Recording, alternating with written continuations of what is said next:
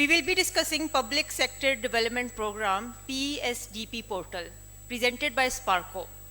I would like to invite Ms. Rifat Shamshad to present the PSDP portal. Thank you.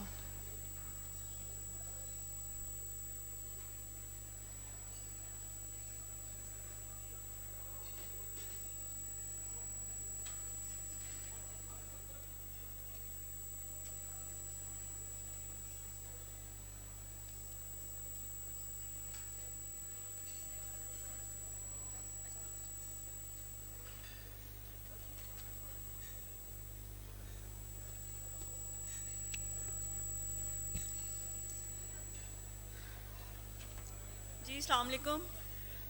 I hope के lunch के बाद मैं देख रही हूँ कि ऑडियंस हमारी कुछ अभी रेस्ट मोड में है। खैर लेट्स स्टार्ट द प्रेजेंटेशन। इस पे बेसिकली जो अभी हम लंच से पहले भी हमारे सेशंस हुए उसमें भी डिस्कस्ड कि हम गवर्नेंस को किस तरीके से बेहतर कर सकते हैं and what ministry and government is overall taking steps और इनिशिएटिव्स ताकि हमारी गवर्नेंस कुछ बेटर हो सके। और क्योंकि governance is the only process of making and enforcing decisions within the country. तो इसमें I would like to mention के ministry of planning and development के कुछ इनिशिएटिव्स डॉक्टर अदनान ने जिस तरह हमें मेंशन किए, इसमें one of the initiative is like कि हम सारे पीएसडीपी को जो कि एक पब्लिक इंटरवेंशन प्रोग्राम है to carry out the development throughout the country, इसको डिजिटलाइज कैसे किया जा सकता है ताकि पब्लिक को एक्सेस मिल सके what is going on with in the country और इसको मैकेनिज्म को बेहतर कैसे किया जा सकता है। इसमें मिनिस्ट्री का एक इनिशिएटिव था कि they signed an MOU with SUPARCO और सुपार्को के साथ मिल के एक जियो स्पेशल टेक्नोलॉजी सेटअप इस्टेब्लिश हुआ within the planning commission. और हम पूरे पीएसडीपी पोर्टल को जो कि हमारे 1200-1300 प्रोजेक्ट्स होते हैं, 700-800 अरब की एक इन्वेस्टमेंट है जो कि हम कंट्री के अंदर कर रहे होते हैं, तो उसको बेहतर कैसे किया जा सकता है और पब्लिक को कैसे एक्सेस मिल सकती है जिसमें। और इसमें सबसे बेटर जो एक इसका कंपोनेंट है वो ये कि पब्लिक अपना फीडबैक भी दे कि उनके इलाके में उनके लोकेलिटी के अंदर जो प्रोजेक्ट्स चल रहे हैं उनका प्रोग्रेस क्या है या वहाँ पे वो क्या चीज़ बेहतर कर सकते हैं, तो हमें पब्लिक की तरफ से भी एक फीडबैक आ सके। तो let's start with the presentation.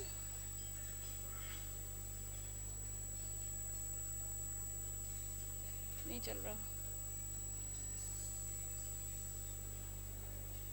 Usman ji. You see, governance is the knowledge and innovation driven economy आपकी, और conducive governance environment can be supportive of reform and growth. और PSDP is the key instrument and driving force for socio-economic uplift of the country. And we would be discussing कि how PSDP को हम किस तरीके से better कर सकते हैं और उसकी better utilization और effective utilization के लिए। Suparco, being the National Space Agency, is responsible for launching the satellites, जो कि हमारे various satellites हैं उनकी, और satellite space के अंदर जो भी related matters हैं उनको Suparco basically देख रहा होता है। और जब satellite से once the data is received तो उसकी effective utilization of that data for socio-economic uplift of the country। अब डेटा जो आ रहा है हमारे पास सैटेलाइट से उसके वेरियस एस्पेक्ट्स हैं, लेकिन what we are discussing today is कि हम इस डेटा को किस तरीके से इफेक्टिवली यूटिलाइज कर सकते हैं for the better governance of the country.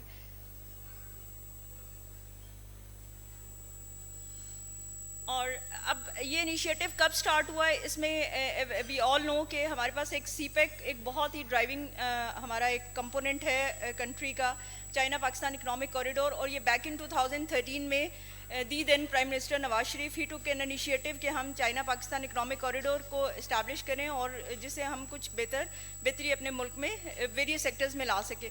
तो उस वक्त जो इसमें इन्वॉल्विंग एजेंसीज थी उनके पास जब डेटा जो भी अवेलेबल थे, दे ब्रॉड पेपर मैप्स के CPEC की अलाइनमेंट्स क्या होनी चाहिए, और उससे कुछ पेपर मैप से इतनी विजिबिलिटी क्लियर नहीं हो रही थी। फिर सुपार्को को कांटेक्ट किया गया कि SUPARCO with the satellite imagery and with the digital elevation models और जो डेटा सेट्स इनके पास अवेलेबल है ताकि वो उसके बेसिकली फ्लाई थ्रूज प्रिपेयर कर सकें और आपके pass through out the country एक ओवरव्यू आ जाए कि आपकी अलाइनमेंट्स कहाँ से गुजरेंगी, वो किन लोकेलिटीज़ को बेटर कर सकती हैं, या किन लोकेलिटीज़ को, फिर उसकी फिजिबिलिटीज़ क्या होंगी, वहाँ का टेरेन क्या होगा। मतलब ये बहुत ही कॉम्प्रिहेंसिव स्टडी थी जो कि सुपार्को को उस वक्त दी गई, और सुपार्को ने जो सीपेक की जितनी भी western, central and eastern alignments थी, उसके जो भी उसके रूट्स बन रहे थे, उनकी फिजिबिलिटीज़ को कैरी आउट किया स्टडी को, और फिर हम लोगों ने उसमें कंट्रीब्यूट किया टू मार्क दोज अलाइनमेंट्स। इसमें बेसिकली आप देखें अक्टूबर खुंजराब से लेके गवादर का पूरा एक एनालिसिस था जो कि कैरी आउट किया गया कि आपकी जो अलाइनमेंट्स हैं वो कहाँ से, कौन सा टेरेन है, किस टाइप का टेरेन है जो कि आपके उन अलाइनमेंट्स को सपोर्ट कर सकता है। और एक कॉम्प्रिहेंसिव स्टडी थी connectivity with the other roads, जो कि आपकी लोकेलिटीज़ हैं उनको ये कैसे सारे कंट्री को इंटरलिंक करेगा। That was the major aspect that was studied in. फिर इसमें जो डेटा सेट्स यूज़ हुए थे, that was the high resolution satellite imagery, उसके बाद digital elevation model, existing communication network जो कि डिमार्केट हुआ था फ्रॉम द सैटेलाइट इमेजरी, और वेरियस जैसा हमारी मिनिस्ट्री ऑफ कम्युनिकेशन है, NHA है, जिन्होंने एक मेजर रोल प्ले किया to give us the data, to share the data with different departments ताकि स्टडी को कैरी आउट किया जाए। फिर इसमें इकोनॉमिक जोन्स, हमें हमारे industrial hubs through the country कहाँ पर हैं, हमें इकोनॉमिक जोन्स कहाँ पे इस्टेब्लिश करने की ज़रूरत है, और डोमेस्टिक एंड इंडस्ट्रियल एक्सेस।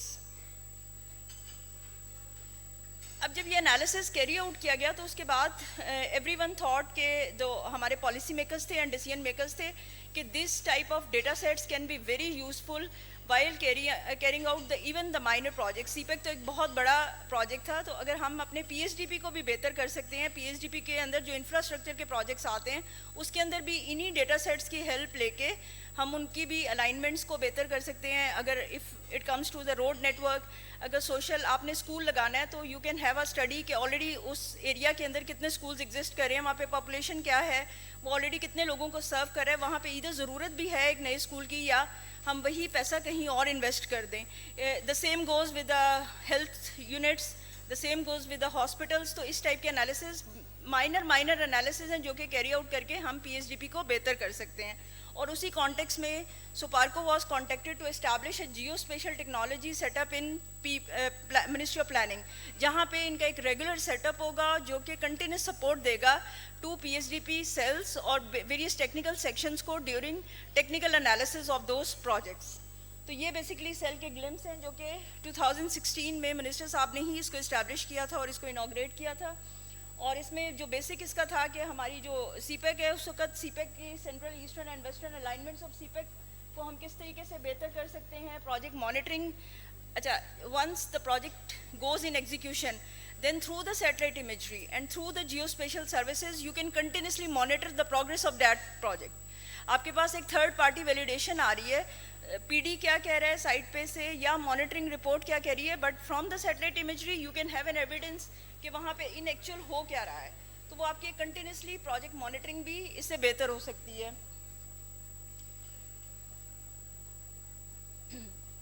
और इस तरह आपकी एक डेटा रिप्रेजेंटेटिव बनती जाएगी प्लानिंग कमीशन के अंदर फॉर द वेरियस प्रोजेक्ट्स, जो कि आपको लॉन्ग टर्म जो प्लानिंग है और उसकी बेटर मैनेजमेंट के अंदर असिस्ट कर सकती है। और फिर उसके बाद इसकी नीड को देखते हुए 2019 के अंदर सेल को इन्हांस किया गया और इसमें वेरियस जो मैन पावर और उसको ताकि मिनिस्ट्री ऑफ प्लानिंग के जो बिजनेस प्रोसेस है ऑफ PSDP प्रोजेक्ट्स उनको बेहतर किया जा सके। दिस इज द सेल जो हमारा वहाँ पे एग्जिस्ट कर रहा है। अब comes to the technical part कि आपका जो प्रोजेक्ट है, जब भी प्लानिंग के अंदर कोई प्रोजेक्ट आता है तो एवरीवन नोज कि हम उसका एक PC1 बनाते हैं।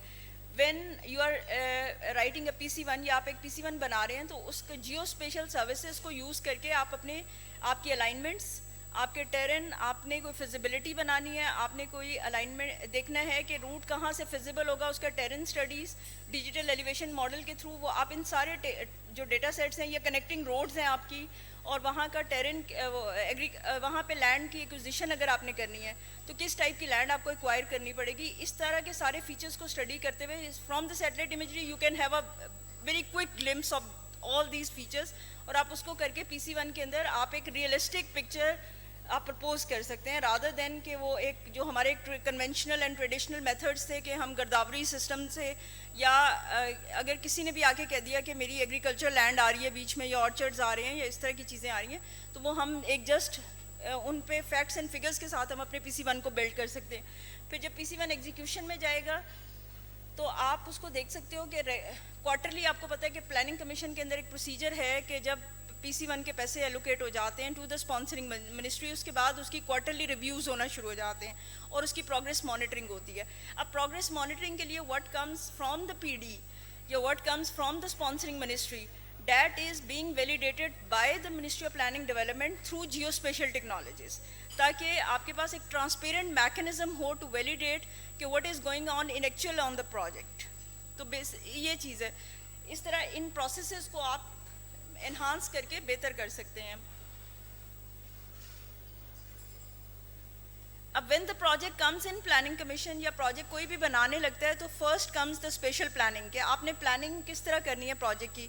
सो पार्को ने 2017-18 के हाई रेजोल्यूशन डेटा के ऊपर पूरा एक land use land cover map prepare किया हुआ है फॉर 32 क्लासेस, और जिसको एग्रीगेट करके हमने 8 क्लासेस में उसके एटलसेस भी प्रिंट किए हुए हैं और वो वेरियस मिनिस्ट्रीज़ के साथ अवेलेबल हैं।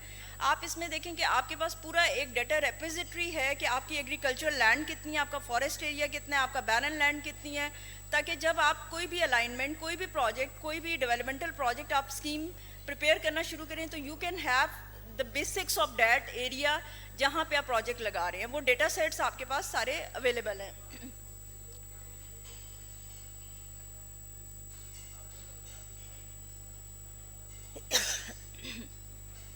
These are various data sets, आपके पास हाई रेजोल्यूशन सैटेलाइट इमेजरी है, land use land cover available है, कम्युनिकेशन नेटवर्क आपके पास सारा अवेलेबल है, उसके बाद GIS डेटा सेट्स हैं। इन सारे डेटा सेट्स को ओवरले करके you can have an overview कि जहाँ पे आप एक नया project you are going to propose, is that the feasible place to propose the project. अभी मल्टीपल केसेस में जब हमारे पास हम एनालिसिस कर रहे होते हैं तो 1-2 बार ऐसा भी हुआ कि किसी ने कोई स्कूल का प्रोजेक्ट लेकर आया तो पता चला कि ऑलरेडी एक बफर है वहाँ पे, ऑलरेडी 10-12 स्कूल ऑलरेडी एग्जिस्ट कर रहे हैं और पॉपुलेशन जो वहाँ पे पॉकेट है वो इतनी ज़्यादा नहीं है कि आपको, क्योंकि HEC ने या मिनिस्ट्री ने या वेरियस डिपार्टमेंट्स ने हर एक ने अपने एक मल्टी क्राइटेरिया सेट्स किए हुए हैं कि आप इनके ऊपर पूरा उतरेंगे तो then you can propose a project over there. तो वो आपको यहाँ पे एक पूरा पोर्टल है जिसके ऊपर ये सारे डेटा सेट्स अवेलेबल हैं और आप इधर से analysis, quick analysis carry out करके आप उसको फाइंड आउट कर सकते हैं कि इधर योर प्रोजेक्ट इज फिजिबल और नॉट।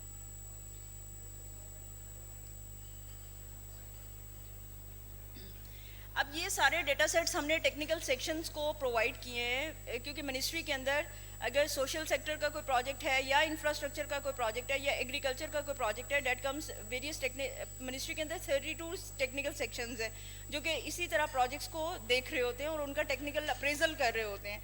तो ये डेटा सेट्स उनको हेल्प कर रहे होते हैं for to carry out the technical appraisal of those projects. और अगर आप देखें तो आईपास एक इंटीग्रेटेड जो अभी इंटेलिजेंट जो सिस्टम बनाया है जिसके ऊपर आप आईपास अब के ऊपर ही ऑनलाइन PC1 आप अपना सबमिट करते हैं, तो उसमें एक सेक्शन है जहाँ पे आपको अपना geo spatial analysis carry out करके वो रिपोर्ट भी सबमिट करनी है कि either the project is geo spatially हमने उसको देखा है और the project is feasible to carry out और नॉट। ये बेसिकली उसका आउटले है जिसके ऊपर आप PC1 online submission of PC1 and PC2 जो आप कर रहे होते हैं, PC2 फिजिबिलिटी, उसके बाद ट्रैकिंग, आप उसकी फाइनेंशियल एंड फिजिकल प्रोग्रेस भी मॉनिटर कर रहे होते हैं और सेंट्रलाइज डाटा रेपोजिटरी। और इस तरह ये है कि आपके जो भी पिछले प्रोजेक्ट्स कैरी हो रहे हैं या जब से ये डाटा सारा ऑनलाइन होना शुरू हुआ है और हम लोग ये कोशिश कर रहे हैं कि जो ऑलरेडी डाटा अवेलेबल है उसको भी इसमें अपडेट करें ताकि आपके पास एक डाटा रेपोजिटरी बन जाए एंड यू कैन हैव कि आप पिछले 10 साल में देखना चाहते हैं कि आपके इलाके में कौन से डेवलपमेंटल प्रोजेक्ट्स हुए हैं तो you can have a quick overview.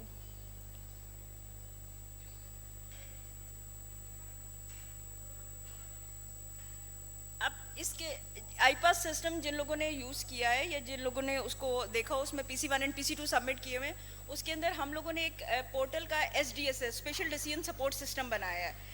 आप जब आईपास के अंदर अपना प्रोजेक्ट सबमिट करेंगे उसके बाद then you would go to SDSS और SDSS पे you would demarcate the position of your project कि आपका प्रोजेक्ट लोकेट कहाँ हो रहा है। लोकेट होने के बाद you can have a quick analysis कि वहाँ पे ऑलरेडी जिस जगह पे आप कोई स्कूल प्रपोज कर रहे हैं या कोई रोड बना रहे हैं वहाँ पे ऑलरेडी इंफ्रास्ट्रक्चर का क्या सिचुएशन है और वो सारा एनालिसिस कैरी आउट करके आप उसकी एक रिपोर्ट साथ अपने PC1 के अंदर सबमिट करते हैं। दैट स्ट्रेंथन्स योर स्टैंड्स कि आपने एक ट्रांसपेरेंट एंड गवर्नेंस के कॉन्टेक्स्ट में एक प्रोजेक्ट प्रपोज किया है। तो ये SDSS इज फंक्शनल नाउ, और अभी आजकल हम इसकी इंटीग्रेशन देख रहे हैं विद आईपास, और soon it will be available to all PDs जो इसके अंदर आईपास के अंदर अपने प्रोजेक्ट्स को सबमिट कर रहे होते हैं, all line ministries and departments.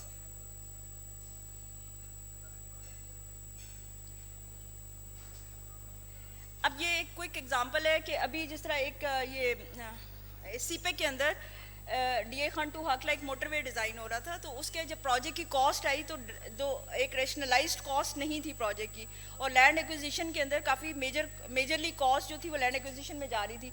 तो सुपार्को ने अपनी जो टेम्पोरल सैटेलाइट इमेजेस थे उससे पूरा उसके 100 मीटर राइट ऑफ वे में एनालिसिस करके दिया कि यहाँ पे एग्रीकल्चरल लैंड की, क्योंकि एग्रीकल्चर लैंड आपकी PC1 की कॉस्ट को बहुत ज़्यादा रेज कर देती है, या वहाँ पे कमर्शियल लैंड जो है वो आपके PC1 को बहुत ज़्यादा उसकी कॉस्ट को रेज कर देती है। तो हम लोगों ने एक analysis, quick analysis carry out करके दिया कि जो ऑलरेडी फिगर्स PC1 के अंदर शामिल हैं तो उससे इन एक्चुअल क्या डिफरेंस है, एंड वी हैव द, और इसमें तो कोई दूसरी राय नहीं है क्योंकि ये तो आपके पास पिक्टोरल सारा एक एविडेंस है कि पिक्चर से आपको पता चल रहा है कि यहाँ पे एग्रीकल्चर लैंड नहीं है, ये एक बैरन लैंड का पैच है।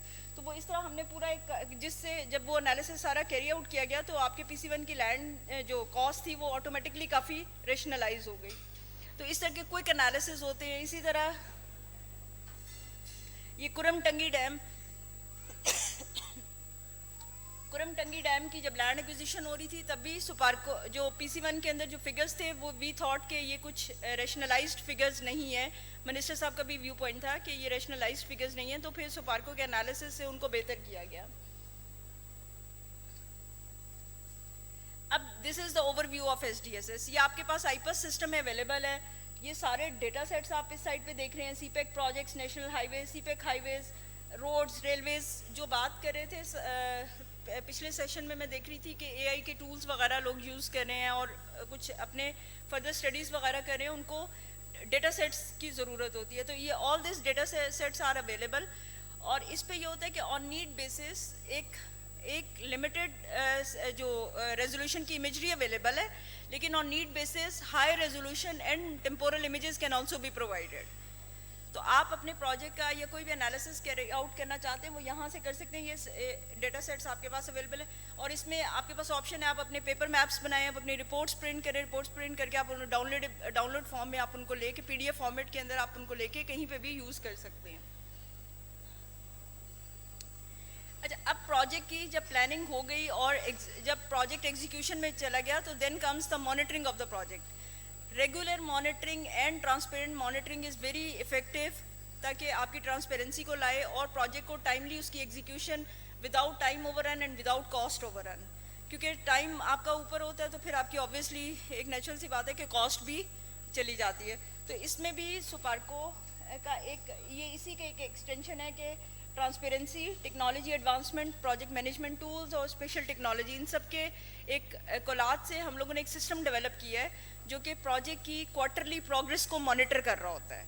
दैट यू मेक बी, आप इसको कह सकते हो कि that is a third party validation. एक तो PD की तरफ से एक रिपोर्ट आ रही है ना कि प्रोजेक्ट के ऊपर क्या इनएक्चुअल चल रहा है, फिर आपके मॉनिटरिंग प्लानिंग कमीशन के पास कोई लिमिटेड मॉनिटरिंग ऑफिसर्स भी हैं जो ऑब्वियसली सारे प्रोजेक्ट्स पे नहीं जा सकते, लेकिन ऑन नीड बेसिस या कुछ प्रोजेक्ट सिलेक्टेड प्रोजेक्ट्स के ऊपर वो जाके उसकी मॉनिटरिंग कर रहे होते हैं। और इसी तरह जब भी एज एंड व्हेन रिक्वायर्ड हमें भी कहा जाता है कि इस प्रोजेक्ट के आप क्वार्टरली रिपोर्ट्स हमें सबमिट कर दें कि इस प्रोजेक्ट पे इन एक्चुअल क्या हो रहा है। तो SUPARCO basically high resolution satellite imagery, SUPARCO aerial imagery, we have drones, we fly the drones over there, उनकी ड्रोन की इमेजरी लेके, और फिर एक हम लोगों ने मॉनिटरिंग ऐप बनाई हुई है। App is meant for the PDs या पीपल ऑन द साइट। वो ऐप साइट के ऊपर लोगों के पास अवेलेबल है, वो डेली या मे बी आफ्टर 15 डेज़ या आफ्टर 30 डेज़ या एज एंड व्हेन रिक्वायर्ड वो ऐप के थ्रू हमें पिक्चर सेंड करते हैं कि ऑन साइट क्या चीज़ चल रही है। तो वो यहाँ पे हमारे पास पोर्टल के ऊपर अपडेटेड डेटा हो जाता है। इसमें मैं एक एग्जांपल दूंगी। अभी हम लोगों ने एक प्रोजेक्ट स्टडी किया था, monitoring of dualization and improvement of Pindi Gheb Kohat road. ये पिंडी गेप कोहाट रोड, इसकी रिपोर्ट चाहिए थी प्राइम मिनिस्टर को, जिस पे हमें कहा गया कि इसकी थर्ड पार्टी वैलिडेशन कर दें।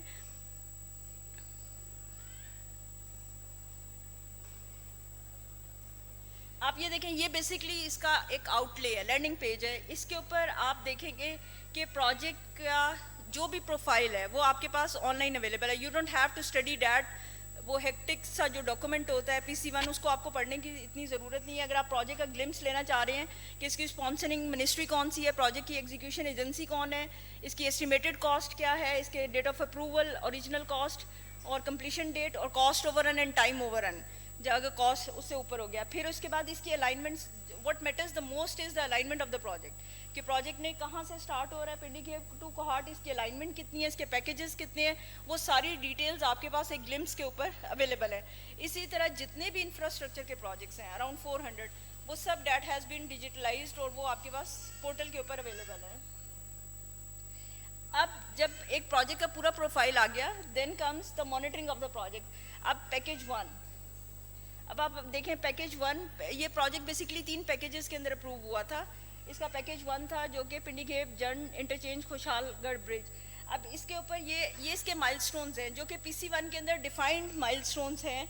उसकी क्वार्टरली अगर आप देखें ना, जून, मार्च, फिर जनवरी, सितंबर, क्वार्टरली उसकी प्रोग्रेस है, जो कि एक तो PD ने बताई, लेकिन हम इसको फ्रॉम द सैटेलाइट इमेजरी कि सैटेलाइट इमेजरी बता रही है, उसका एक एनालिसिस हम कैरी आउट करते हैं कि 2 किलोमीटर सड़क बनी थी जून के अंदर, अगले क्वार्टर तक सड़क कितनी बन गई है और उसका एक एनालिसिस करके, ओवरऑल एनालिसिस कैरी आउट करके, वो हम इसके अंदर यहाँ पे कल्वर्ट्स, इसके मेजर जो माइलस्टोन्स थे उनके अकॉर्डिंगली प्रोग्रेस कितनी चल रही है प्रोजेक्ट पे।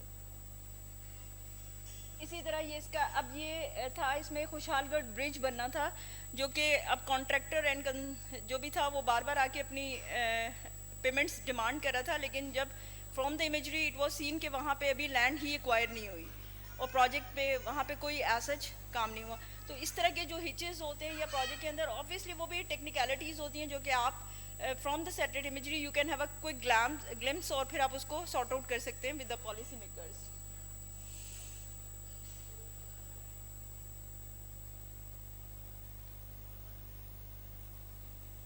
इसी तरह ये थर्ड पैकेज ब्रिज एंड कल्वर्ट्स, इसमें जो भी इसके माइलस्टोन्स थे उसकी क्वार्टरली प्रोग्रेस क्या है फ्रॉम द सैटेलाइट इमेजरी, जो एनालिसिस कैरी आउट किया गया वो ये पोर्टल के ऊपर अवेलेबल है। अब वो ऑब्वियसली ये सारे प्रोजेक्ट्स के लिए अभी नहीं हुआ, अभी सिर्फ फ्लैगशिप प्रोजेक्ट्स हैं जो कि हमें मिनिस्ट्री की तरफ से एक रिक्वायरमेंट आ रही होती है, जिनको at times prime minister office देख रहा होता है या फिर मिनिस्ट्री देख रही होती है। लेकिन अभी हमारी कोशिश ये है कि हम इस पूरे सिस्टम को एक्सपैंड करें और जितने भी इंफ्रास्ट्रक्चर के एटलीस्ट प्रोजेक्ट्स हैं, इंफ्रास्ट्रक्चर के जिसमें सोशल सेक्टर के भी आ जाते हैं, schools and colleges and health units specially, जो हमारी बेसिक नेसेसिटीज़ भी हैं, उनको एटलीस्ट हम यहाँ पे पोर्टल के ऊपर लेकर आएँ और उनकी रेगुलर मॉनिटरिंग क्वार्टरली शुरू हो।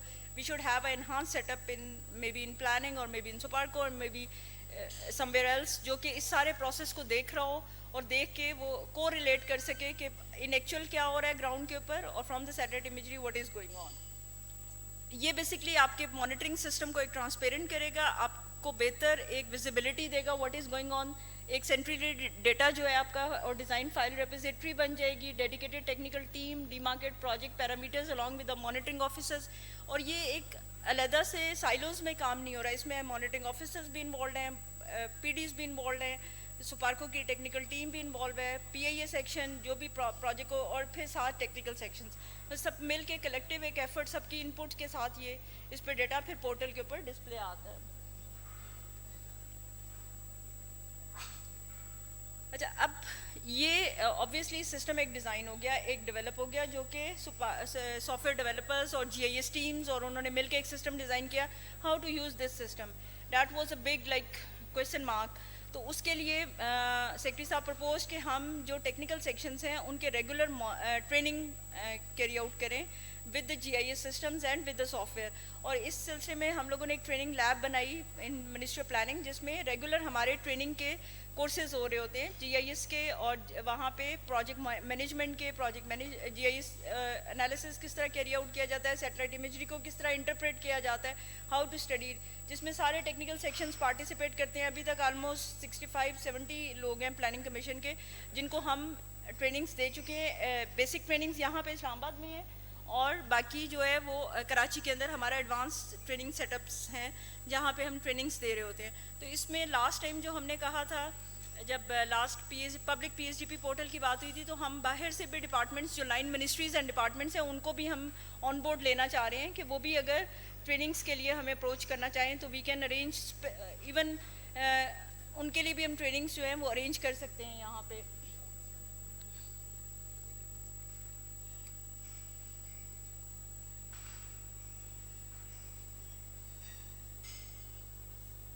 अब ये तो एक इफ़ेक्टिव मैकेनिज़्म था जो कि ministry of planning and development के लिए डिज़ाइन किया गया ताकि वो बेटर यूटिलाइजेशन कर सकें जियो स्पेशल टेक्नोलॉजीज़ की अपने प्रोजेक्ट की प्लानिंग और मॉनिटरिंग में। अब मिनिस्टर साहब का ये व्यू पॉइंट था कि how can we use this for the public इसमें किस तरीके से इंटरवेंशन कर सकती है ताकि हमें पता चले कि प्रोजेक्ट्स जो लग रहे हैं वो सही जगह पे लग रहे हैं, इन्वेस्टमेंट जो हो रही है या पैसा, क्योंकि this is the public money, उसकी अकाउंटेबिलिटी हो।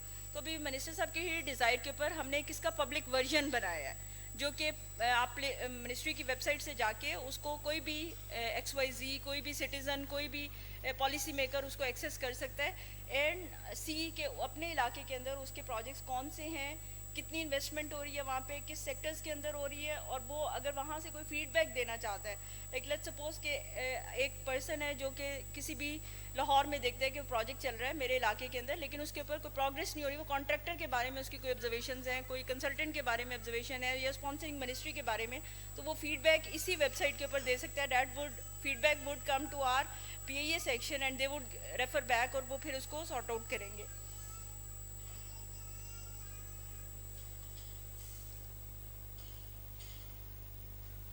इसमें था कि PSDP जो पब्लिक इसका इंटरफेस है that is a key step towards inclusive transparent responsive governance and the PSDP portal is one stop shop for all information related to public sector development programme and it provides easy access to data on allocations. उस project के अंदर आप जब project के ऊपर जाओगे तो project का प्रोफाइल, उस प्रोजेक्ट में एलोकेशंस कितनी हुई, रिलीजेस अभी तक कितनी हुई, उस प्रोजेक्ट की इन एक्चुअल प्रोग्रेस क्या है और वहाँ पे what is going on in actual, वो सब आपके पास एक वेब के ऊपर अवेलेबल है। That is the landing page of the PSDP portal, public portal. और ये आप ministry of planning development and reforms की PC की वेबसाइट पे जाके आप इसको एक्सेस कर सकते हैं। ये इसका लैंडिंग पेज, उस्मान इसके वीडियो चला दें।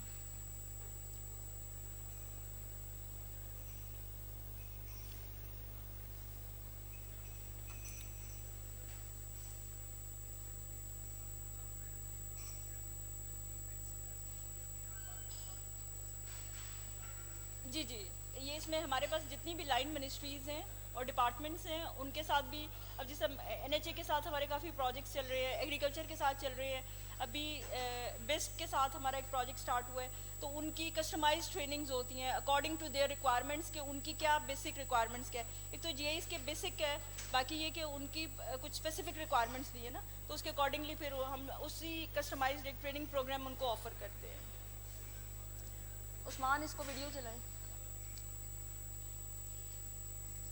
अब ये PSDP पोर्टल है, पब्लिक पोर्टल है, ये हर एक को एक्सेस है, सिटीजन्स को एक्सेस है, आप इसके अंदर जाएं।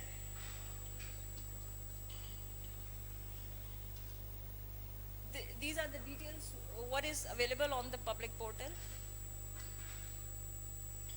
आपके जितने भी 12, अब लाइक इस साल के जो पिछले साल के प्रोजेक्ट्स थे 1219 प्रोजेक्ट्स थे और अभी हम इसको रेगुलर, क्योंकि अभी PSDP की बुक पब्लिश हुई है नहीं तो हम इसको अपडेट कर रहे हैं। आप ये देखें कि आपके पास 1219 प्रोजेक्ट्स क्लस्टर्स में अवेलेबल है। यू कैन हैव व्यू कि आपके पूरे पाकिस्तान के अंदर प्रोजेक्ट्स लग कहाँ रहे हैं और आप माइन्यूट लेवल पे जाके भी यू कैन सी कि आपके लोकेलिटी के अंदर कौन कौन से प्रोजेक्ट्स हैं। और ये इस साइट पे आपके पास प्रोजेक्ट्स की डिटेल्स आ रही है, इवन PC1 भी अवेलेबल है आपके पास ऑनलाइन, आप उसको भी देख सकते हैं और पढ़ सकते हैं।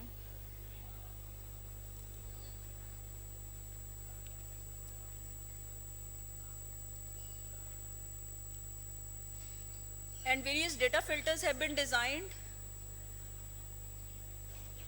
कि आप एक province wise, ministry wise, department wise, sponsoring ministry wise या कॉस्ट वाइज आप या ईयर वाइज कोई भी एनालिसिस कैरी आउट करना चाहते हैं तो वो यहाँ पे से आप फिल्टर्स में जाके अपने मतलब का एक एनालिसिस कैरी आउट कर सकते हैं। किस फोरम ने इसको अप्रूव किया है, ये सब आपके पास फिल्टर्स में अवेलेबल है।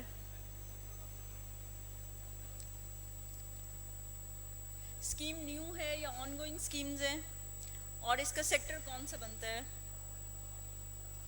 सब सेक्टर वाइज।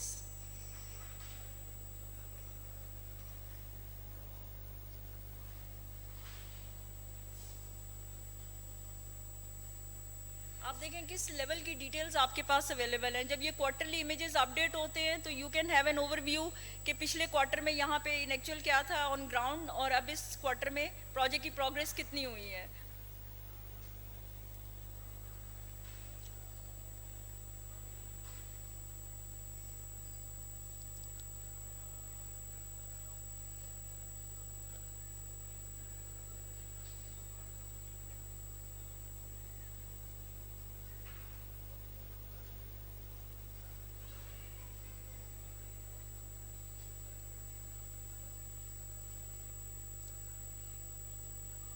ये आपके पास पूरे प्रोजेक्ट का प्रोफाइल आ रहा है कि प्रोजेक्ट की डिटेल्स क्या है, उसका ओवरव्यू कितना है, उसके कॉस्ट एंड टाइम एलोकेशंस, कि उसकी क्वार्टरली एलोकेशंस कितनी है। इवन इस माइन्यूट लेवल तक जो है अब वो पब्लिकली इंफॉर्मेशन अवेलेबल है, जो कि आई गेस के मिनिस्ट्री का ही इनिशिएटिव है। For the first time in history this information is being made public, और ताकि पॉलिसी मेकर्स और सिटीजन्स को अवेलेबल हो और वो कुछ भी एनालिसिस कैरी आउट करना चाहते हैं या कोई फीडबैक देना चाहते हैं अपनी लोकेलिटी के कॉन्टेक्स्ट में, तो they can give the feedback.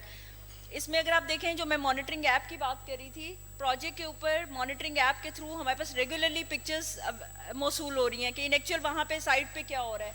फिर ये इस तरह वहाँ पे जो अवेलेबल है, क्योंकि अब पीडीज को और कॉन्ट्रैक्टर्स एंड एवरीबडी उनको फोर्स किया जा रहा है कि उनकी जब तक ये चीज़ें वो नहीं भिजवाएंगे तो उनकी पेमेंट्स नहीं, रिलीजेस नहीं एग्जीक्यूट होंगी। फिर इसी तरह ड्रोन्स का एक पूरा फ्लीट है जो कि रेगुलरली क्वार्टरली वहाँ पे जाके प्रोजेक्ट के ऊपर उसकी प्रोग्रेस को मॉनिटर करते हैं और आपके पास एक ओवरव्यू आ जाता है कि इन एक्चुअल प्रोजेक्ट के ऊपर क्या हो रहा है। और आप ये देखें कि किस माइन्यूट लेवल की डिटेल्स आपके पास अवेलेबल हैं। इसी तरह ये आपके पास एक पूरी डेटा रेपोजिटरी बन रही है कि ड्यूरिंग द प्रोजेक्ट ऑफ, अगर कोई प्रोजेक्ट 3 साल का या 5 साल का है तो उसमें पूरे 5 साल में उसकी किस तरह प्रोग्रेस बनती गई है। फिर अभी आपने देखा ये PC1 ऑनलाइन कर दिया गया है, तो अब this level of information is available to public to carry out their analysis। और जो एक उनका हमेशा कंसर्न रहा कि पब्लिक को नहीं पता होता कि PSDP का जो 700-800 अरब है जो कि एक पब्लिक मनी है वो कहाँ पे इन्वेस्ट हो रही है, तो वो अब आपके पास एक सोर्स अवेलेबल है जहाँ से यू कैन सी दैट। और इस तरीके से आप अपनी कोई रिपोर्ट वगैरह जनरेट करना चाहते हैं, कोई मैप बनाना चाहते हैं, कोई चीज़ आप अपने लिए कुछ एनालिसिस कैरी आउट करना चाहते हैं, तो वो भी आपके पास। फिर उसके बाद एक कंप्लेंट सेक्शन है कि if you have any concern on the project या आपके पास उस डेटा के ऊपर कोई कंसर्न्स हैं आपके, तो you can feed those concerns. आप अपने वहाँ की पिक्चर्स अटैच कर सकते हैं, कोई मूवी है, कोई वीडियो है, वो आप यहाँ पे अटैच करके दे सकते हैं मिनिस्ट्री को फीडबैक अपना। कंक्लूजन पे जाएं।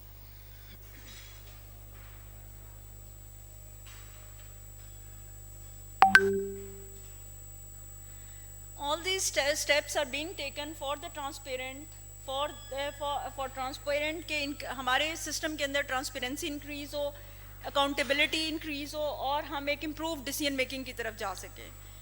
तो this is a step, this is a major milestone that has been achieved by ministry of planning, development and reforms, और वी होप कि हम इसको आगे फर्दर कंटिन्यू कर सकें। और वो एक साहब ने खातून ने बात की थी कि सस्टेनेबिलिटी, ऑब्वियसली मैं भी ब्रेक में मेंबर गवर्नेंस से यही बात करी थी कि sustainability of all these things is very important. तो हम वी होप कि हम नेक्स्ट वीक में इंशाल्लाह मिनिस्टर साहब के साथ बैठ के कोई मैकेनिज्म बना सकें ताकि in case if any one comes तो ये एक सिस्टम हो, एक हमारा एक सेट पैटर्न हो जो कि चलता रहे और सिस्टम को बेहतर कर सके। थैंक यू जी। Any questions? जी सर प्लीज़ माइक दें।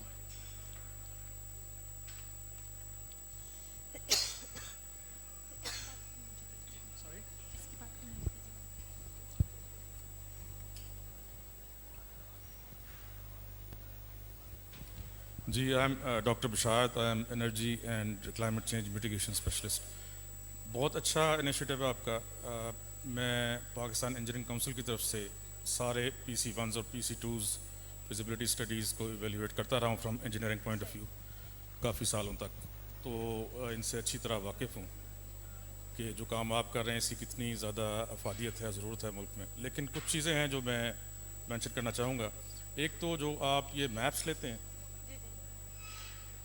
आपने थ्रू सैटेलाइट इमेजिंग लिए या ड्रोन्स के ज़रिए लिए या लाइडार के ज़रिए जैसे भी, उसके बाद उनकी ग्राउंड ट्रूथिंग होती है। मैं ये करता रहा हूँ ऑस्ट्रेलियन गवर्नमेंट की तरफ से, उसके नॉर्थ में जो मुल्क हैं जैसे पापुआ न्यू गिनी है, और फिर 3D मैप्स हम बनाते थे आफ्टर ग्राउंड ट्रूथिंग। तो उसका आपके पास स्टाफ होना चाहिए कि जो आपने सैटेलाइट से जो आपको ना एक व्यू मिल रहा होता है ऊपर से, उसकी जब आप ग्राउंड ट्रूथिंग करते हैं उसके बाद फिर कुछ ऐसे सॉफ्टवेयर्स हैं जिससे जो आपको 3D व्यू देता है, उससे आपको एक्चुअल टोपोग्राफी पता चलती है उस इलाके की। तो वो मैं कहूँगा कि उसमें आप ज़रूर कीजिए। उसके अलावा प्रोजेक्ट मॉनिटरिंग की आपने बात की, तो प्लानिंग कमीशन भी करता है, लेकिन as per Pakistan engineering council act जो इंजीनियरिंग प्रोजेक्ट्स हैं, क्योंकि उस पर काफ़ी घपले होते हैं, उसमें ठेकेदार जो है सब स्टैंडर्ड मटेरियल यूज़ करते हैं। अपने रोज़ सुनते होंगे कि फ़लाना पुल गिर गया, फ़लाना ये हो गया, सड़क बैठ गई। लाहौर में इवन हो रहा है अभी, ये पुल तो जगह जगह गिरे हैं। उसके लिए पाकिस्तान इंजीनियरिंग काउंसिल को अंडर द एक्ट, पार्लियामेंट का एक्ट, उनको ये इख्तियार दिया हुआ है कि वो ज़रूर मॉनिटर करें, बल्कि इख्तियार नहीं दिया हुआ, उनकी ज़िम्मेदारी लगाई गई है। तो आप उनको भी शामिल करें इसमें, मॉनिटरिंग ऑफ इंजीनियरिंग प्रोजेक्ट्स। आप इंफ्रास्ट्रक्चर प्रोजेक्ट्स की जो बात कर रही हैं, तो उनकी एक टीम बनती है, बाकायदा लिखा हुआ है उनके SOPs में। तो अगर आप कहेंगे तो मैं उसमें आपको गाइड कर दूंगा। तो PEC को आप शामिल करें मॉनिटरिंग में। उसके बाद एक प्रोजेक्ट था गवादर का जिसमें शिपयार्ड नया एक कंस्ट्रक्ट होना है, तो उसमें अब वो जगह जो है जो पहले उनको एलोकेट की गई थी, जो साइट थी, उसमें कोई मसले आए हैं, तो आप लोग उनको हेल्प कर सकते हैं काफ़ी in the selection of new site, या पुरानी साइट जो है उसको इवेल्यूएट करके कि उसमें क्या मसला हुआ है। तो जो भी उनके कंसर्न्स हैं, ये मिनिस्ट्री ऑफ डिफेंस प्रोटेक्शन इसको डील करता है, तो उनके साथ कोऑर्डिनेट करके इस पर ज़रूर आप काम कीजिए ताकि जल्दी से जल्दी ये प्रोजेक्ट हो सके। ये बड़ा प्रोजेक्ट है, 10 times bigger than the Karachi shipyard project. उसके बाद आपने एक जगह प्राइमावेरा का जिक्र किया है। ये जितने भी जब कैपेसिटी बिल्डिंग आप करती हैं, मैंने बड़ी कोशिश की कि इंजीनियर्स को कम से कम MS प्रोजेक्ट आना चाहिए। प्राइमावेरा तो चलें, उसके लिए बड़ा आपको इक्विपमेंट चाहिए। MS प्रोजेक्ट तो बहुत सिंपल, आपके हर एक के लैपटॉप पे होना चाहिए इंजीनियर के, उसके बगैर तो उसको काम नहीं करने देना चाहिए, प्रोजेक्ट मैनेजर के, प्रोग्राम मैनेजर के। तो इसको MS प्रोजेक्ट के साथ इंटीग्रेट करें अपने सॉफ्टवेयर को। और MS प्रोजेक्ट में आपके पास रिपोर्ट्स आएँ तमाम प्रोजेक्ट मैनेजर्स से, वो यहाँ पे आप एक PMU बनाएं प्रॉपर, जो आपका सेल है उसको PMU का नाम दे दें, क्योंकि आप काम वही कर रहे हैं जो प्रोजेक्ट मैनेजमेंट यूनिट्स करते हैं या प्रोग्राम मैनेज इसको प्रोग्राम मैनेजमेंट यूनिट का नाम देकर और इसको प्रॉपरली फिर प्रोग्राम मैनेज करें इन प्रोजेक्ट्स। तो ये कोई छोटा काम नहीं है, सारे PhD प्रोजेक्ट्स का बहुत बड़ा काम है, तो आपको पूरी टीम्स रखनी पड़ेंगी। अगर आपको कोई हेल्प चाहिए, मैं ऑस्ट्रेलिया में ये काम करता रहा हूँ, पूरे ऑस्ट्रेलिया के 36 project managers use to report to our section, तो उसमें मैं आपको गाइड कर दूंगा इसमें। फिर आपने ये बताया कि जो जैसे मोटरवे है उसका रूट है वो आप उनको डिज़ाइन करके दे सकते हैं। इसमें एक चीज़ ख़ास ख्याल रखिए कि पॉलिटिकल इन्फ्लुएंसेस आते हैं। जो लोग हैं जिनकी ज़मीनें हैं वहाँ पर, वो ज़मीनों की कीमतें बहुत बढ़ जाती हैं अगर मोटरवे वहाँ से गुजरती है या कोई हाईवे गुजरती है, तो वो पॉलिटिकली इन्फ्लुएंस करते हैं। जब आप इसको ले आते हैं वेब पर तो फिर ये बहुत ट्रांसपेरेंट हो सकता है, लेकिन उसमें भी पॉलिटिकल इन्फ्लुएंसेस का आपने ख्याल रखना है कि उसको कैसे मिनिमाइज़ किया जा सके। इसमें आपने मुझे क्रिटिकल पाथ एनालिसिस का नहीं बताया।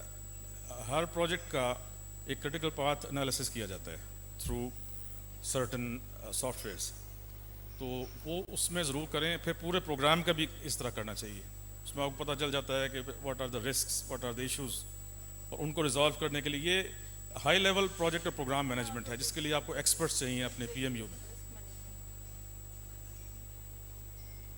आपकी जो वेबसाइट है ये, क्योंकि जगह जगह पे प्रोजेक्ट्स होते हैं, वहाँ पे बहुत कम वो होता है, इंटरनेट अवेलेबिलिटी या होती है तो वो यूजुअली चलता नहीं है, तो ये ज़्यादा हैवी वेबसाइट नहीं होनी चाहिए। ये ऐसी होनी चाहिए कि इसकी जो अगर किसी के पास बिल्कुल बेसिक जो है मौजूद है पैकेज, तो उससे भी वो इसको डाउनलोड कर सके और इस पर अपलोड कर सके जो भी इंफॉर्मेशन करना चाहता है। Website should not be very heavy, उसमें तस्वीरें वगैरह स्पेशली ऐसा कर लें कि जैसे पुराने ज़माने में होता था कि without photos and without videos भी एक उसका वर्जन हो जो कि हर जगह से खुल सके और उस पर काम हो सके। कंप्लेंट्स का आपने बहुत अच्छा सिस्टम इसमें दिया हुआ है। एक चीज़ और ऐड कर दें इसके साथ, फॉलो अप एक्शन। कि जो कंप्लेंट्स की हैं वो सिर्फ कंप्लेंट्स ही ना रह जाएं, 3-4 साल उस पर कोई काम ही ना करे। उस पर मिनिस्ट्री ने, रेलेवेंट मिनिस्ट्री ने और प्लानिंग कमीशन ने और पाकिस्तान इंजीनियरिंग काउंसिल ने क्या एक्शन लिया है, तो फॉलो अप एक्शन जो है और एक्शंस टेकन, उसका एक कॉलम आखिर में ऐड कर दीजिए, ठीक है। Thank you sir so much for your very valuable feedback. इसमें एक दो चीज़ें बस मैं बात करूंगी। जो आपने बड़ी अच्छी एक बात मेंशन की कि पाकिस्तान इंजीनियरिंग काउंसिल के एक पूरी टीम है जो कि माइन्यूटली प्रोजेक्ट्स की देख रहा होता है। तो अब ऑब्वियसली जी, हर टेक्नोलॉजी के अपने कुछ लिमिटेशंस भी होते हैं। अब satellite imagery and drone imagery से हम एक ओवरव्यू तो ले सकते हैं, एक प्रीलिमिनरी एनालिसिस कर सकते हैं, लेकिन obviously we have to shake hand with you people ना, ताकि हमें उसकी डिटेल्ड एनालिसिस और डिटेल्ड रिपोर्ट्स भी अगर हम इसके अंदर इनकॉर्पोरेट कर सकें तो इंशाल्लाह सर आपसे I will get back to you, ताकि हम इसको देख सकें कि हम आपके सिस्टम के साथ इसको इंटीग्रेट करके मज़ीद किस तरीके से बेहतर कर सकते हैं। और बाकी जो आपने एक MS प्रोजेक्ट की बात की, वो भी हमारे अंडर कंसिड्रेशन है। प्राइमेवेरा को तो हमने यूज़ करके इसमें प्राइमेवेरा के ministry was kind enough, additional secretary जो दाऊद बरीद साहब हैं उनके कोई थे जिनको उन्होंने इस्तेमाल किया, और प्राइमेवेरा पे उसने काफ़ी एनालिसिस हमें कैरी आउट करके दिए कि इसका कॉस्ट ओवररन कितना निकलेगा, टाइम ओवररन, क्रिटिकल पाथ जो आपने बात की, सारे उसने एनालिसिस कैरी आउट जो कि इस रिपोर्ट में सबमिटेड है। अगर आप पोर्टल पे जाएंगे तो you can have a very detailed report over there of the project ना, कि इवन यू कैन कैलकुलेट के कॉस्ट ओवररन कितना पड़ेगा और वो किस किस लूप होल्स हैं जिनकी वजह से आपको कॉस्ट इसकी बढ़ रही है। तो ये वेरी गुड सजेशन, इसको हमने ऑलरेडी एम्बेड किया हुआ है, और अभी बल्कि हम मिनिस्ट्री के साथ इसी चीज़ पे हैं कि आप प्राइमावेरा ले, क्योंकि वो तो एक बाहर से कंसल्टेंट था, वो कुछ दिनों के लिए आया, अपना काम किया और चला गया। तो हाँ, या बल्कि ये एग्जैक्टली बिल्कुल सर, MS प्रोजेक्ट, हाँ ये MS project is a very good. और बाकी सर चीज़ें मैं देख लेती हूँ और फिर we can have a detailed meeting with you, ताकि हम इस मॉनिटरिंग एंड एवेल्यूएशन सिस्टम को कैसे बेहतर कर सकते हैं। Thank you. I have a question. Thank you so much for this amazing work that you are doing, and it's remarkable, and it's of course the first time in Pakistan that such work is being conducted. My question to you is that you have such rich data, and data is the new oil. And my request and suggestion, it's not a question, is that we should disseminate this data among universities for research. So have you tried to outreach to HEC or other universities? Because I know a lot of universities have GIS program, and a lot of people in the development sector, development studies, they would be very happy to work on this data. So just a question whether you have done your outreach to the universities. जो public portal और जिसका public interface बनाने का मकसद ये था कि students and researchers can easily access this and they can have the access to data. अब इसमें आज के फोरम का, क्योंकि ये भी मे बी लास्ट मंथ ही इसका लॉन्च हुआ है पब्लिक पोर्टल का, बाकी दो सिस्टम्स प्लानिंग एंड मॉनिटरिंग के तो काफ़ी पुराने काम कर रहे हैं, लेकिन जो इसका पब्लिक इंटरफेस है that was launched last week by minister साहब। तो इसमें आज की जो मीटिंग कॉल की है या जो आज का फोरम है, उसका मकसद ये है कि HEC ख़ास तौर पे, क्योंकि वो रिसर्चर्स स्टूडेंट्स और सबको डील कर रहा होता है, तो HEC के प्लेटफॉर्म पे हम इसकी अवेयरनेस दें कि वो रिसर्चर्स और डेटा से, और इवन अगर आप देखते हैं कि यहाँ पे कोई डेटा मिसिंग है जो कि आपकी रिक्वायरमेंट है, तो you can always come to geospatial setup at planning commission, क्योंकि ऑब्वियसली कुछ चीज़ें ऐसी हैं जो कि पब्लिक में नहीं शायद डाली जा सकती, लेकिन रिसर्चर्स और स्टूडेंट्स को वो दी जा सकती हैं और उनको इवन ट्रेनिंग भी की जा सकती है।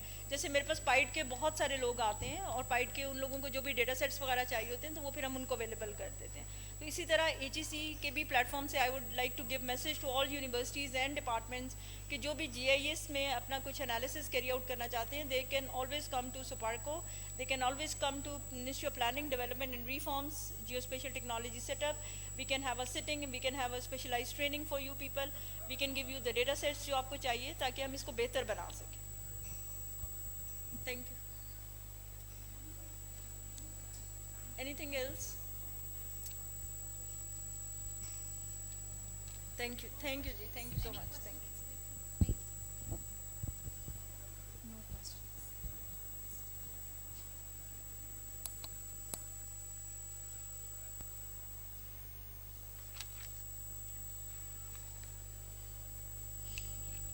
Thank you, Ms. Rifat. Now let's proceed with session 4, which is the last session of today's Innovation Hub. We are honored to have with us the CEO, National IT Board, Mr. Babar Majid Bhatti. I would like to invite him to address the forum. Sir, please.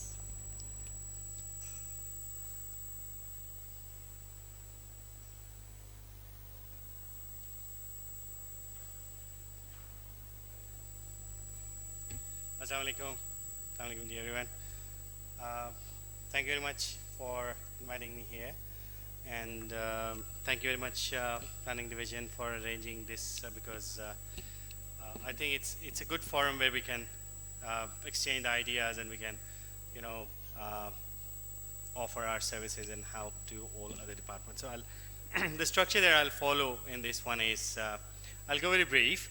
I'll go with a brief introduction of what NITB is, what do we do, what we don't, and then we'll talk about the flagship initiatives that we've done. So I'll just be here for the first few minutes, and then my team will be here to present the details with you. So first of all, is it an interactive session or is it's a one-way? It's an interactive, right? So just an understanding from the audience, what is NITB? What do they do? National IT Board. Yes, and what do they do? Digitization of processes. Yes, very high level, yes. Okay, so there is something that we need to talk about, and that is what is NITB. So first of all, NITB has been there since 2014, but what we need to clarify here is, what do you know as NITB? The name and building remains the same. Rest has changed. So this is, I think, it's a good forum where we really need to understand what we're doing here. So in August 22 last year, or almost a year ago, NITB Act was approved by the Majlis-e-Shura Parliament, and it was notified in November 22, just like 7 months ago. So what we do now is altogether different as compared to what we used to do before. So what we used to do before was a subset of what we have the mandate to do for. So what NITB now is an independent, it's an autonomous body, of course, for the Ministry of IT and Telecom, but previously we were an associated department of the Ministry of IT. Now we work with NITB, with MOIT, Ministry of IT and Telecom under them, but we are an autonomous body now under the Act. So what difference does it make? This is what we need to understand. First of all, as a National IT Board, the first thing is the e-governance. So e-governance is a big buzzword, so let's break it down to understand what we do and how we can, you know, work with other departments. So the first thing that we do is e-governance, the digitization, and that actually means, first of all, when you work with the manual files, and I'm sure many of the cases on the government tables you've seen takes weeks, days, sometimes months. So in order to bring in some efficiencies, the first step was to have them automated. So this thing was achieved through something called e-office, and it was a good flagship project of NITB where the digitization was achieved and still rolling out with the federal government and the provincial government. So that is the first thing. But then that is not about the digital transformation. We need to look at it from the other perspective as well. Do we have some engineers here? Are there engineers? So if you're a professional engineer, now may I ask, are you registered with PEC, Pakistan Engineering Council? Yes, right? Because in Pakistan, you can't practice engineering if you are not registered with the Pakistan Engineering Council. Reasonable, very fair. Okay, what about IT? People who are sitting in IT, are you registered with any IT organization? No. Now that is the gap that we see. Let me give you an example. I've spent most of my life like outside Pakistan. So let me give you an example of Canada. Let me give you an example of Australia. Even if you apply for immigration, you see a skills and occupation demand list. That's how you know what occupations are in demand. If you want to prepare, you prepare for those certifications, or let's say Australian Computer Society, ACS, you apply, before you apply for immigration, you apply for skills assessment. And that's how you do. And that's how the IT works. We, unfortunately, do not have any such setup at the moment in Pakistan. That is one of the things that is on the mandate of NITB. It hasn't been done yet, but just to introduce, like, look at the impact. The second thing is, when you go to the market, if you want to be a professional network engineer, what will you do? You will go and you will most probably go for Juniper or Cisco certification, right? Now, those are the certification from the vendors. What does Pakistan need? What does the public sector of our country need? There's nobody doing that. That is what NITB is going to do. So, in a rudimentary form, if you're a government servant here, you must know before promotion, 16 to 17 or 17 to 18 grades, you do need a certificate from NITB for promotion, right? For which is called BIT. Why? Because it's a rudimentary form of the acknowledgement of your IT skills. So that is how we promulgate the IT skills in the country. So this is another thing that we do. But again, we cannot move forward as a progressive nation if we do not embrace digitization. So the solutions, e-governance, and what I've told you is just a small part of it. So we are actually talking about capacity building here in the country.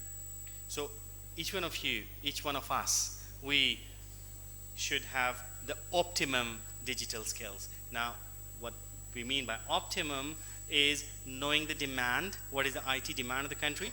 That is first job of NITB, and secondly, fulfilling that.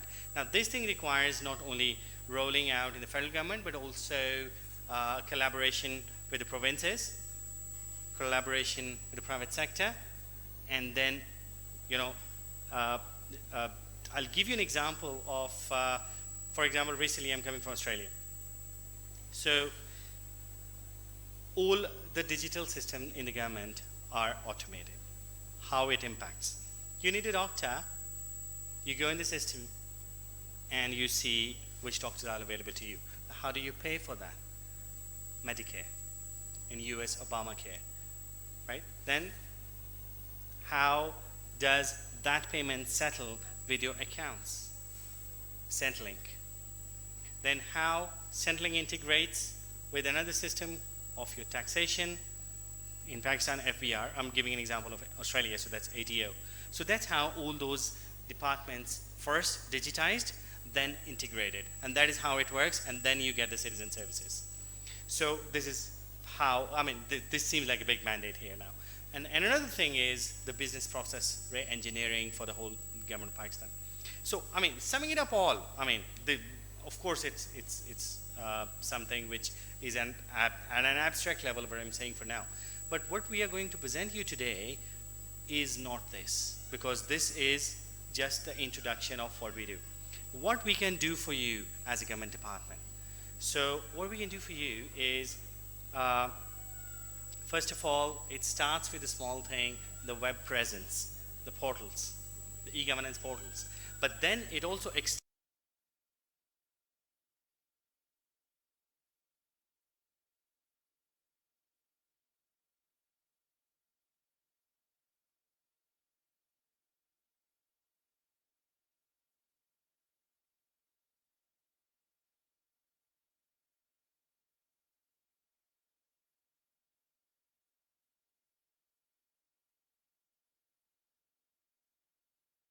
We are in the process of implementing those things.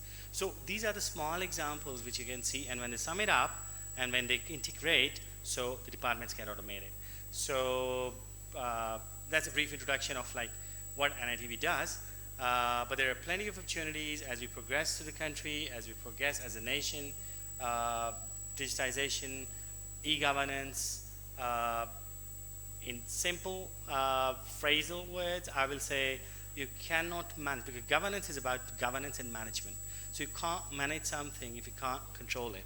And you can't control something if you cannot measure it. So the first step is to put those measurements, which we are doing at the moment, still building. The next is to put in controls, so that, you know, put in the KPIs, SLAs. And the last step, when we have the measurements and the controls, is to be able to manage and govern. So that is the life cycle that we're following.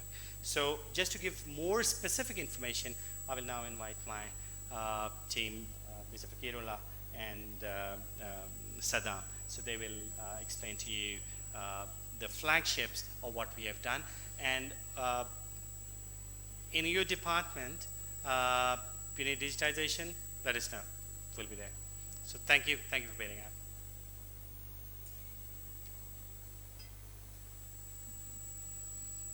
Thank you, Bhatti Saab.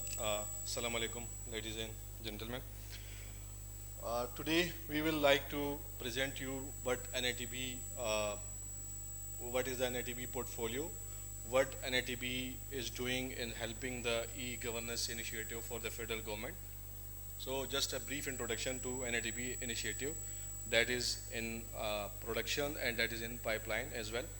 So starting from our vision, NITB is here in federal government to facilitate each and every organization in digitization, in introducing federal government initiative.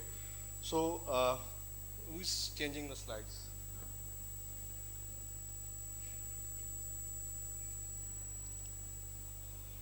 Okay, so the purpose is not just to portray NITB achievement here, but to share with you the capacity NITB has built during the ages, that how can we facilitate other departments in performing similar type of applications and technologies.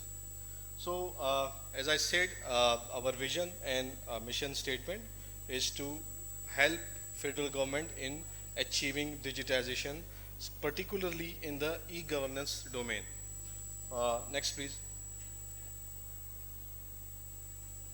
Okay, NITB carries both portfolio, that is PSDP projects as well as non-dev project, or called other than PSDP projects. So in PSDP projects, please next.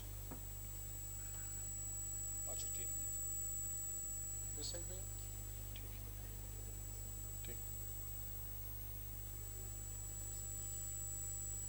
okay, demand-driven industry projects. So as you all are aware that IT sector, particularly in Pakistan, we have no IT standards. We are lacking in policies, guidelines for the IT initiatives, even for procurements of the IT equipment. So this is our major project where we are introducing more than 52 policies, document, guidelines that will help in achieving international level standards in developing IT solution, procurement of hardware, similarly cyber security, web development, application development. So this is a big initiative from NITB side, demand-driven industries, where we will be producing 52 IT policies, standards and guidelines. So this will help Pakistan to be at the level with international competitors. Likewise, for example, presently Pakistan is lacking in any solution, any product, software that is a $1 billion fortune company, unfortunately. On the other hand, internationally we have seen that just a Twitter is sold for $44 million. So this will help us in achieving economy growth for the country as well as international standards. One patient, one ID, again another initiative that is currently deployed in 5 hospitals of the PIMS. Due to this project, we have automated all the processes of the hospitals. We have interlinked them, and the main objective of this initiative is that whenever you go to government hospital, likewise for example PIMS, polyclinic or any hospital, your record, your treatments will go with you. So your unique ID will be assigned to you, just like your ATM card. You will just carry out your ATM card and all your record will be travel with you at any hospital. Later stages, we can also integrate it with private hospital. So for example, you have done some treatment at Shifa hospital or any other hospital. So your record will be carried with you and it will help in many factors related to the patients. Okay, Smart Office. This is an upcoming project presently at the testing phase. Inshallah, we will soon launch it. It is one of its kind project. In this project, we are introducing government owns communication platform. means we are bringing alternative for the WhatsApp, alternative for the Zoom, and similarly Slack like